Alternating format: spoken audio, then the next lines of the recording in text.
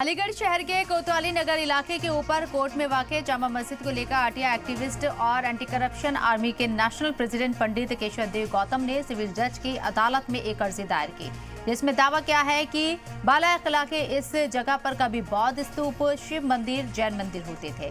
अदालत ने सुनवाई के लिए 15 फरवरी की तारीख दी है। पंडित केशव देव गौतम ने अर्जी दायर करते हुए बताया कि ऊपरकोट पर हिंदू राजाओं का बाला किला था, जिस पर माजी में कुछ लोगों ने धोखे से दस्तावेज तैयार कर जामा मस्जिद कायम कर दी है। उधर मामले में मुस्लिम फरीक ने पंडित केशव के दावे की मजम्मत की है और कहा है कि ये महज माहौल खराब करने की साजिश है। देखिए, ये कौन लोग हैं? इन तरह के लोगों पर कठोर कार्रवाई की ज़रूरत है। सरकार इनके खिलाफ जल्द से जल्द कानूनी कार्रवाई करे, वरना इस तरह की मानसिकता वाले लोग देश में गृह युद्ध की तरफ ले जाना चाहते हैं। तो देश की तरक्की शांति और सलामती से है, ना कि गृह युद्ध से और हिंसा से।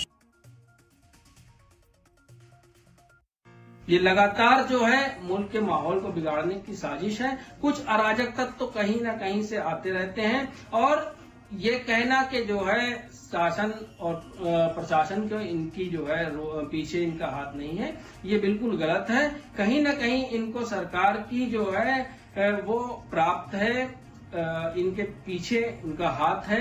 एक तरफ जो है वो ये कह करके अपना पीछा छुड़ा लेते हैं कि लोग हिंदुओं के नेता बनने के लिए इस तरीके की हरकतें कर रहे हैं, और दूसरी तरफ ऐसे लोगों पे कोई कार्रवाई नहीं हो रही है।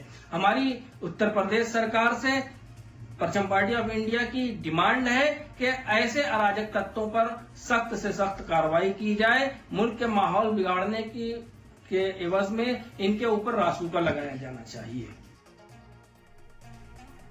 देखिए, पुरातत्व विभाग से, नगर निगम से, तहसील से और कलेक्ट्रेट से हमने जो राजस्व विभाग से पत्र प्राप्त किए हैं, आरटीआई से और सर्टिफाइड कॉपी, उस आधार को मानते हुए बाला किला, ऊपरकोट जो इतिहास का शंकर भगवान का मंदिर, बौद्ध स्तूप, शिव स्तंभ है, उस पर अवैध कब्जा करके अराजक कुछ लोगों द्वारा मंदिर का स्वरूप चेंज कर मस्जिद का स्वरूप देकर वहाँ कब्जा किए हुए हैं। इसे लेकर माननीय न्यायालय अलीगढ़ सिविल कोर्ट में हमने याचिका दायर की है, जिसमें सुनवाई 15 फरवरी 2025 रखी गई है।